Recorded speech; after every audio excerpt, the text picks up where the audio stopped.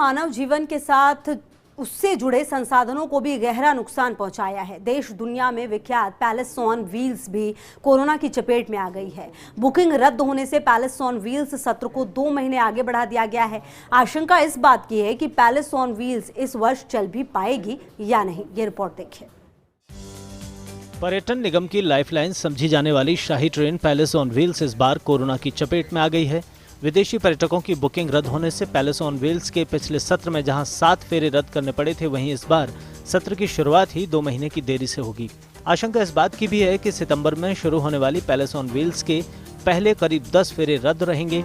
ऐसे में palace on wheels से जुड़े हजारों प्रत्यक्ष और परोक्ष लोगों को आर्थिक नुकसान उठाना पड़ेगा और पर्यटन निगम को भी मोटे राजस्व नुकसान का अंदेशा है।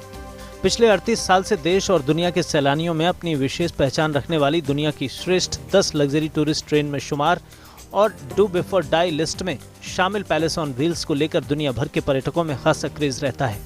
एक दशक से घाटे में चल रहे पर्यटन निगम के करीब 800 कर्मचारियों की रोजी रोटी सीधे तौर पर पैलेस ऑन व्हील्स से जुड़ी है। शाही ट्रेन से प्रतिवर्ष पर्यटन निगम को करीब 10 करोड़ रुपए राजस्व मिलता है, लेकिन विडंबना रही थी कि जिस कोरोना ने पूरे देश और दुनिया को झकझोर दिया, उससे पैलेस ऑन व्हील्स भी अछूती नहीं रही।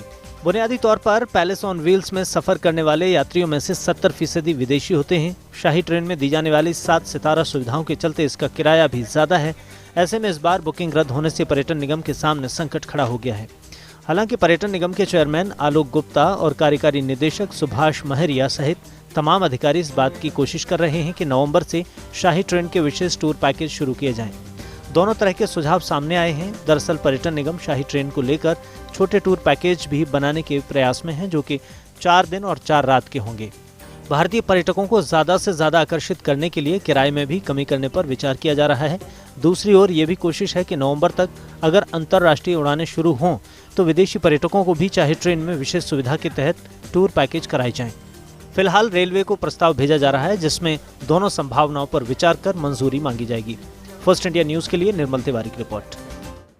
राजधानी